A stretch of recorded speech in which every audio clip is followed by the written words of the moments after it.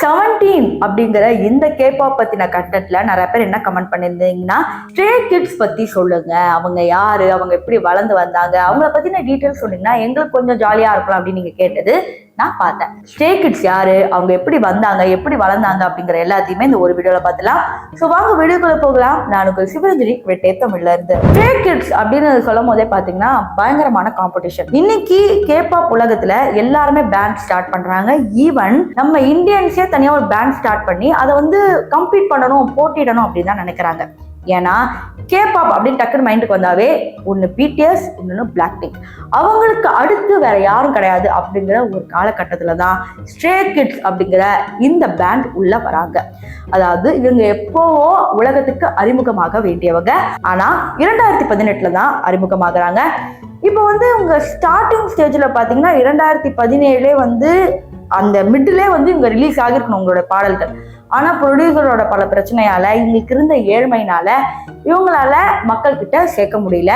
இவங்க நிறைய ஷோஸ் பண்ணாலும் அது யாரும் பார்க்க வந்து விருப்பப்படலை.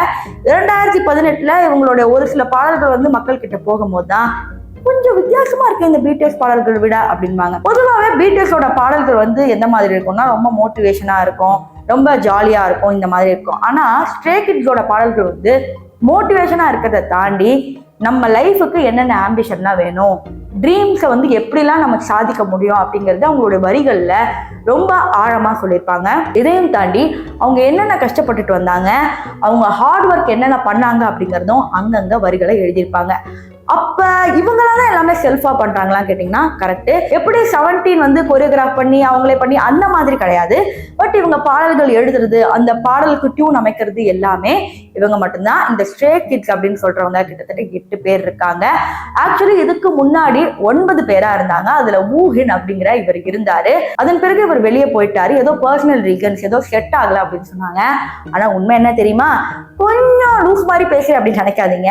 9 பேர் இருந்தப்ப இந்த டீம் பெருசா பேசப்படல. ஆனா இவர் வெளியே போனதுக்கு அப்புறம் தான் இவங்களுக்கு உலகம் முழுக்க ஒரு பேரே கிடைச்சது அப்படிங்கிற மாதிரி நான் சொல்லலைங்க. இன்டர்நெட் மற்றும் ஃபேன்ஸ் எல்லாருமே வந்து அப்படியே சொல்லிக்கிட்டே வராங்க. இது ஒரு பக்கம் இருக்கும் போது பிடிஎஸ், பிளாக் பிங்க், 17 இது போன்ற புதிய புதிய பேண்டு வராங்க. அழகுனால எல்லாரையும் கவர்றாங்க. இவங்களும் அழகா இருக்கிறாங்க, இவங்களும் கவர்றதுக்கு கொஞ்சம் வித்தியாசமா பண்ணணும்ல.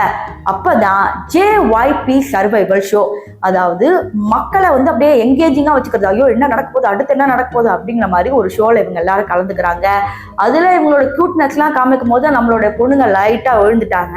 அதுக்கப்புறம் இவங்களோட யூடியூப் சேனல்ஸ்ல பாடல்கள் வரதை தாண்டி எபிசோடா ஸ்ட்ரே கிட்ஸோட பிஹைண்ட் சீன்ஸ், அதாவது கான்செப்ட் நடக்க போனா அதற்கு பின்னாடி என்னென்ன நடக்கும், நாங்க எப்படிலாம் இருப்போம், அவங்கள பத்தி ஏதாவது பேசிக்கிறது வரது, மைக்ல ஏதாவது பிரச்சனை வந்தா அது வந்து ஜோக்கா மாறுது. இது எல்லாமே கிட்டத்தட்ட எனக்கு தெரிஞ்சு இப்போ ஒரு 90 எபிசோடு போட்டிருப்பாங்கன்னு நினைக்கிறேன். ஏன்னா இப்ப பார்க்கும்போது 80 எபிசோடு, உங்ககிட்ட வரும்போது 100 எபிசோடு கூட தேவை இருக்கலாம். ஏன்னா ஒரு நாள் அவங்க எத்தனை வீடியோ அப்லோட் பண்றாங்க. எல்லா வீடியோவும் பார்த்தீங்கன்னா கிட்டத்தட்ட 1 மில்லியன் 2 மில்லியன் தான். அந்த அளவுக்கு ரசிகர்களை வந்து அவங்க பிடிச்சு வச்சிருக்காங்க. இவங்க பாடல்கள் வந்து பாத்தீங்கன்னா பெரும்பாலும் யூத், அதாவது இந்த டீனேஜ்ல இருந்து ஒரு பெரிய பையனா ஆகிறதுக்கோ இல்லை ஒரு பெரிய பொண்ணா ஆகிறதுக்கோ ஒரு கேப் இருக்கும் பாத்தீங்களா, அந்த கேப்ல என்னென்ன பண்ணணும் அப்படிங்கிறது தான் அவங்களுடைய பாதி பாடல்கள் இருக்கும். அந்த பாடல்கள் தான் எல்லா இடத்துலயும் வந்து கேட்டு தீர்க்கப்பட்டுச்சு. சிடி கேசட்லாம் அவ்வளவு வாங்கினாங்க. இன்னும் சொல்லணும்னா 2018 அப்போ வரைக்கும் அந்த சிடிலாம் ஓடிட்டு தான் இருந்துச்சு. இப்போ எல்லாம் யூடியூப்ல அகைன் கேட்க ஆரம்பிக்கிறாங்க. ஸ்பாட்டிஃபைல எல்லாம் இவங்களோட பாடல்கள் அதிக பேரால கேட்கப்படுது. அது மில்லியன் பில்லியன் அளவுக்கும் வந்து போயிட்டு தான் இருக்கு. சரி, இப்போ இவங்களோட பேண்டை பத்தி பேசுறப்ப முக்கியமா இவங்க மக்களுக்காக என்னென்ன செஞ்சிருக்கிறாங்க அப்படிங்கிறத நம்ம பார்க்க போறோம். நிறைய பேர் வந்து சொல்லுவாங்க இவங்க பாடுறதே வந்து காதுக்கு அழகா கேட்குது இல்லையா, அப்ப அது போதும்ல அப்படின்னு நினைச்சீங்கன்னா ஒரு நடிகரா இருக்கும் போதும், ஒரு பாடகரா இருக்கும் போதும், ஒரு பேண்டா இருக்கும் போது, பாப்புலர் ஆகும் போது மக்களோட செல்வாக்குனாலதான் இவங்க எல்லாருமே பெருசா வராங்க. அப்ப அந்த மக்கள் செல்வாக்குக்காக நீங்க என்ன உதவி பண்றீங்க அப்படிங்கறத இவங்களை இன்னுமே உயர்த்தி காட்டும். அது போலவே எல்லா பேண்டு போலவே இவங்களும் யூனிசெஃப்ல வந்து ஒரு ஹானர் கிளப்ல வந்து இருக்கிறாங்க. அது மட்டும் இல்லாம chef of Korea, child of Korea இது போன்ற பல திட்டங்களின் கீழ் இவங்க பல வான்கள் வந்து கொடுத்துக்கிட்டு தான் இருக்கிறாங்க. இதற்கு மேல முக்கியமான விஷயமா என்ன பார்க்கப்படுதுன்னா, டர்க்கில வந்து ஒரு நிலநடுக்கம் வரும்போது டர்க்கியே ஒண்ணும் இல்லாம போயிடுச்சு. அதாவது நம்ம எல்லாம் சீரீஸ்ல பாக்குற போது டர்க்கி அவ்வளவு அழகா இருக்கணும், ஈவன் நானே போகணும்னு நினைச்சேன். நான் நினைச்ச நேரம் டர்க்கில வந்து நிலநடுக்கம் வந்துருச்சு. அப்ப இவங்க தான் ஆளா வந்து டொனேஷன் பண்ணாங்க. அப்பதான் ஸ்ட்ரே கிட்ஸ்னு ஒரு பேண்ட் இருக்கு அப்படின்னு அப்பதான் உலகத்துக்கு கொஞ்சம் கொஞ்சமா தெரிய வந்துச்சு. ஸோ இவங்க பண்ண டொனேஷன்ஸும் மக்களுக்கு ஒரு பெரும் அளவுல ஒரு பெரிய ஆதரவு கொடுத்ததும் இல்லாம இவங்கள பாப்புலரும் ஆக்கு. ஸோ இந்த ஸ்ட்ரே கிட்ஸ் பத்தின இன்ஃபர்மேஷன் உங்களுக்கு ரொம்ப பிடிச்சிருக்கும்னு நினைக்கிறேன்.